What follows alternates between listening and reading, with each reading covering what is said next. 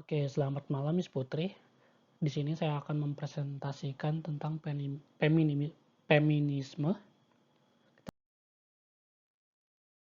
Untuk pertama-tama kita mulai dengan introduction-nya dulu, yaitu apa itu feminisme? Feminisme adalah gerakan sosial politik dan kerangka intelektual yang memperjuangkan hak-hak perempuan serta kesetaraan gender. Fokus utamanya adalah menentang sistem patriarki yang secara historis telah menindas perempuan dan kelompok gender yang terpinggirkan. Feminisme berupaya untuk mengatasi ketidaksetaraan di berbagai aspek kehidupan, termasuk politik, ekonomi, pendidikan, budaya, serta kehidupan pribadi. Gerakan ini telah berkembang selama berabad-abad dan tidak bersifat monolitik. Feminisme mencakup beragam teori, pendekatan, dan perspektif yang bertujuan untuk menangani kesimpangan antara gender dengan ras, kelas, orientasi seksual, kemampuan, dan lainnya. Oke, kita lanjut ke sejarah feminisme. Pada dasarnya ada 3 gelombang sejarah feminisme yang dimulai pada gelombang pertama, yaitu pada abad ke-19 sampai dengan awal abad ke-20. Pada gelombang ini, feminisme berfokus pada hak-hak dasar perempuan, terutama hak untuk mendapatkan pendidikan, hak milik, dan hak pilih, termasuk seperti Mary Wollstonecraft dan Susan B. Anthony berperan besar dalam memperjuangkan hak suara perempuan yang akhirnya telah tercapai di banyak negara pada awal abad ke-20.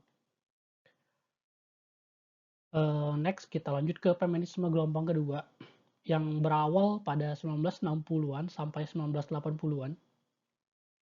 Gerakan gelombang kedua muncul setelah Perang Dunia II dengan fokus pada isu-isu yang lebih luas, seperti kesetaraan di tempat kerja, hak reproduksi, kekerasan dalam rumah tangga, dan peran gender. Buku The Feminist karya Betty Friedan mencerminkan peran penting dalam memicu gerakan ini. Simone de Beauvoir juga menjadi penting dengan gagasannya tentang bagaimana perempuan diperlakukan sebagai yang lain dalam masyarakat patriarki. Dan gelombang terakhir yaitu gelombang ketiga yang diawali dari 1990 sampai 2010-an. Gelombang ini menekankan pada keragaman dan inklusivitas, serta memperjuangkan kesetaraan bagi perempuan dari berbagai latar belakang, seperti ras, kelas, dan orientasi seksual. Feminisme gelombang ketiga mengkritik kekurangan dari gelombang-gelombang sebelumnya yang dianggap terlalu berfokus pada pengalaman perempuan kulit putih kelas menengah. Konsep interseksualitas yang dikembangkan oleh Kimberly Crenshaw menjadi penting banget dalam memahami tumpang tindih berbagai bentuk penindasan. Oke, kita masuk ke konsep inti dalam teori feminisme. Di sini saya jabarkan ada 4 konsep inti, yaitu yang pertama adalah patriarki, yang merujuk pada sistem sosial di mana laki-laki memegang kekuasaan utama dan perempuan sebagian besar dikucilkan dan dari kekuasaan tersebut. Sistem ini tampak dalam politik, keluarga, agama, budaya, dan lembaga-lembaga lain di masyarakat. Patriarki seringkali menyebabkan diskriminasi dan ketidakadilan berbasis gender, seperti upah yang tidak setara, representasi yang rendah dalam posisi kepemimpinan, serta pengendalian terhadap tubuh dan pilihan perempuan. Pada kesetaraan gender, salah satu tujuan utamanya adalah untuk mencapai kesetaraan ini, yaitu di mana perempuan dan laki-laki memiliki hak dan kesempatan juga perlakuan yang setara dalam semua aspek kehidupan. Kesetaraan gender bukan berarti bahwa perempuan dan laki-laki harus sama dalam segala hal, melainkan bahwa mereka harus diberi nilai dan penghargaan yang setara. Lalu ada kekuasaan dan representasi, yaitu feminisme sendiri seringkali mengkritik ketimpangan dalam distribusi kekuasaan antara perempuan dan laki-laki. Di banyak negara dan budaya, laki-laki secara historis memiliki lebih banyak kontrol atas lembaga politik, ekonomi, dan budaya. Feminisme berupaya memperjuangkan representasi yang lebih adil dan memastikan suara perempuan didengar di ruang-ruang yang berpengaruh. Dan yang terakhir adalah interseksionalitas yang diperkenalkan juga oleh Kimberly Crenshaw. Interseksionalitas mengakui bahwa perempuan mengalami penindasan bukan hanya karena gender, tapi juga karena faktor lain seperti ras, kelas, orientasi seksual, agama, dan disabilitas. Teori ini penting dalam feminisme kontemporer karena memberikan pandangan yang lebih kompleks dan tentang bagaimana penindasan saling terkait dan memperkuat salah satu sama lain. Oke, kita lanjut ke tokoh-tokoh yang berpengaruh. Di sini saya ada jabarkan ada 4 tokoh yang paling berpengaruh dalam perkembangan feminisme.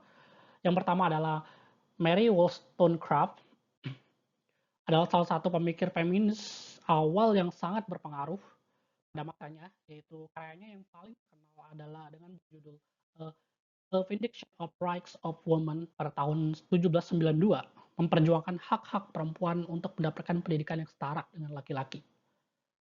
Lalu lanjut ada Simone de Beauvoir, sempat disinggung tadi sebelumnya.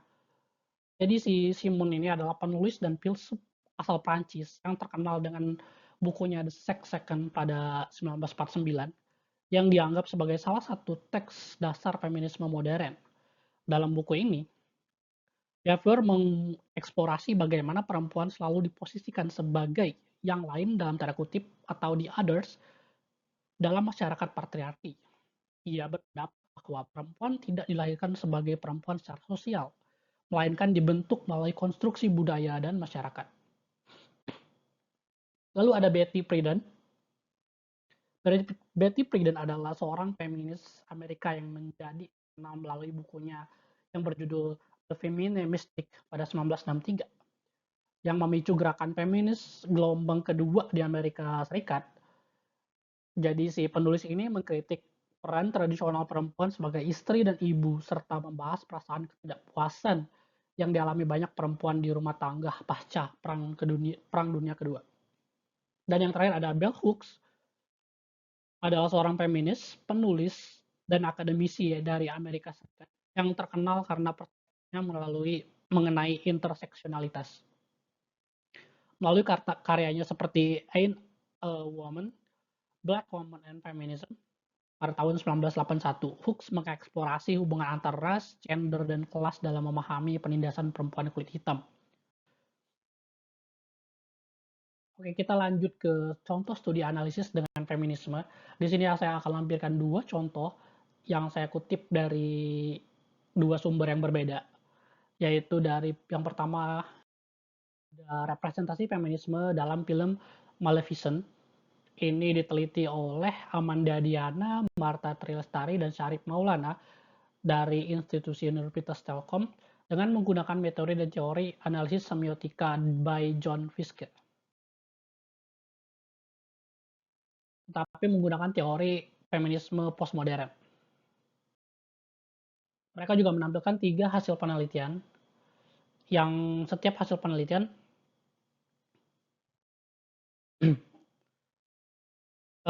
penampil dimulai dengan level realitas dengan penampilan sebagai karakter utama digambarkan sederhana dengan tampilan lusuh dan tanpa make up, menunjukkan mereka berasal dari kelas sosial yang rendah. Pakaian juga memiliki peran penting yang dikenakan mencerminkan kesederhanaan dan keterbatasan ekonomi. Pakaian pada penduduk desa di sini pada film tersebut. Juga ada perilaku tokoh perempuan dalam film menunjukkan keberanian mengambil keputusan, melawan pelecehan seksual, dan mendukung satu sama lain.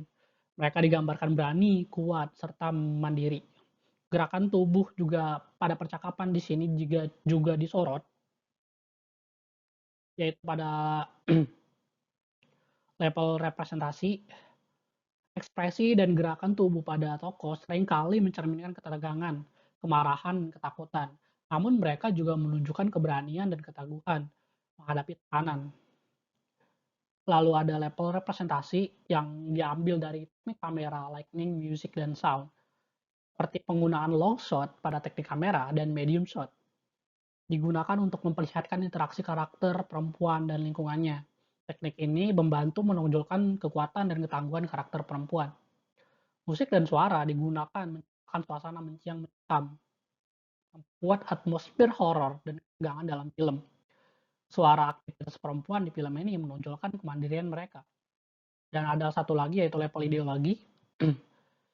Karena ideologi di sini adalah feminisme postmodern, Mereka merepresentasikan melalui 4 tokoh utama, perempuan yang menonjol sebagai sosok pekerja keras, berani melawan ketidakadilan dan mandiri.